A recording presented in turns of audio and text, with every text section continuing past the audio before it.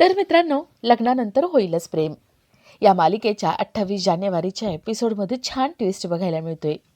आणि ट्विस्ट असा असणार आहे की पार्थ रम्या ऑफिसमध्ये आलेले असतात. रम्या प्रेझेंटेशन देते, पण समोरच्या पार्टीला प्रेझेंटेशन काही आवडत नाही.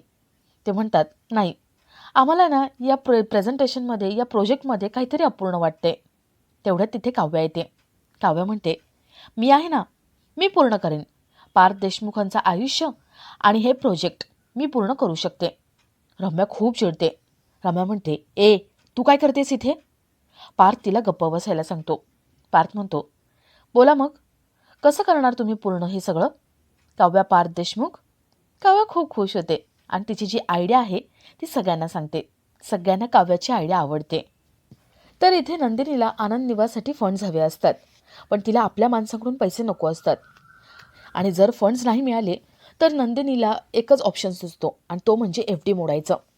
जीवा हे सगळं बघतो. जीवा व्लॉग बनवतो आणि सगळ्यांना सांगतो की आत्ता माझे 1,00,000 फॉलोअर्स आहेत. माझी एक रिक्वेस्ट आहे तुमच्या सगळ्यांना, तुम्ही प्रत्येकाने 10-10 रुपये खाली दिलेल्या अकाउंटवरती पाठवा. 1,00,000 लोक पैसे नाही पाठवत, 50,000 लोक पैसे पाठवतात आणि आनंद निवाससाठी सहज फंड गोळा होतो. आई नंदिनीला म्हणते, नंदिनी, बघितलंस ना, अगं 19 दिवसांची मेहनत आहे जीवांची ही. 19 दिवसात अनोळखी लोकांची म्हणजे 50,000 लोकांची मनं जिंकलीत त्याने आणि विश्वास जिंकलाय. पण तो तुझा विश्वास जिंकू शकला नाही का? तू जिंकू देत नाही आहेस. नंदिनीला आपली चूक कळते. तिला वाटतं की नाही, जीवा बरोबर आहे, त्याच्याकडून चूक झाली असेल, पण आपणही त्याला माफ केलं पाहिजे. आता काव्या, जीवा यांची आपापली आयुष्य कशी सुरळीत होत आहेत हे बघण्यासारखं असेल. तर या सगळ्याची सुरुवात कशी होते ते थोडक्यात पाहू.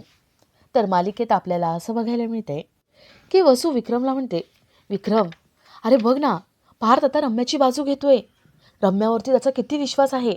मग आता बघ ना, आपण काहीतरी करू ना, पार्थ रम्या यांचा विचार करू, नाहीतरी डिवोर्स होणारच आहे. विक्रम म्हणतो, ताई, मला या विषयावरती काही बोलायचं नाही आहे, तू रूममध्ये निघून जा. वसू म्हणते, असं कसं बोलतोयस रे तू? अरे जरा विचार तरी कर ना. या घरामध्ये माझ्या मुलीचा कोणी विचार तरी करणार आहे का?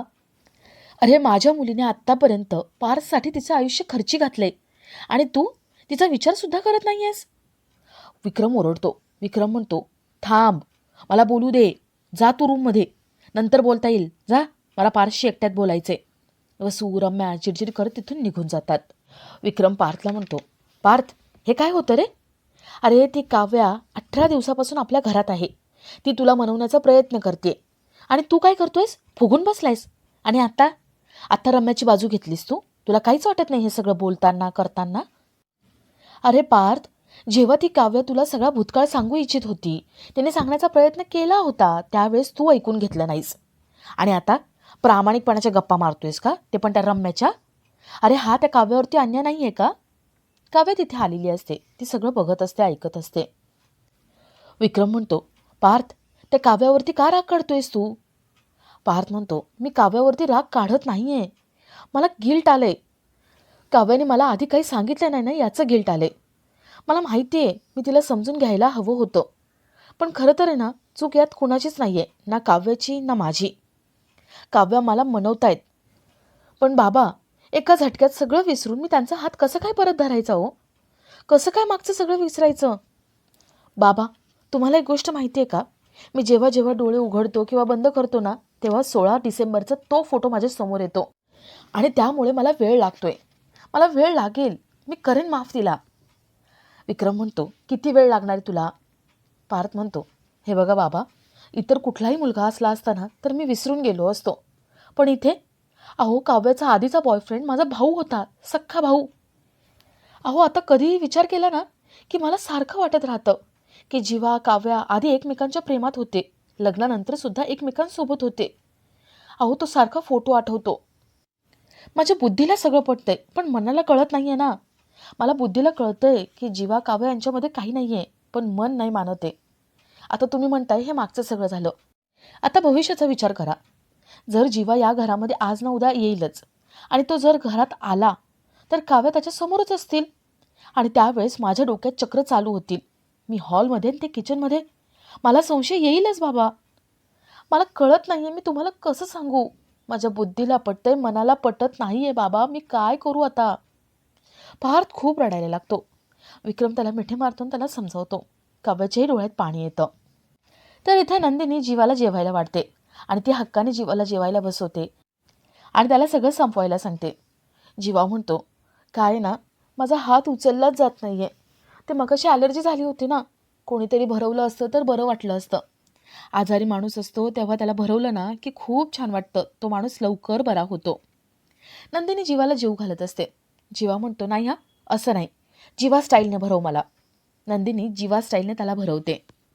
तर दुसऱ्या दिवशी रम्या ऑफिससाठी निघालेली असते. ती वसूला विचारते, आई काय बघतेस का मोबाईलवर एवढा वेळ?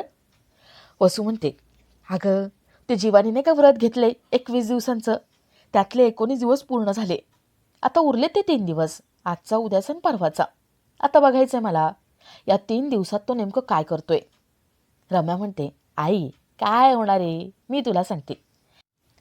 अगं 21 दिवस पूर्ण झाले ना की नंदिनी स्वतः जीवाला म्हणेल, ए बाबा जा इथून निघून.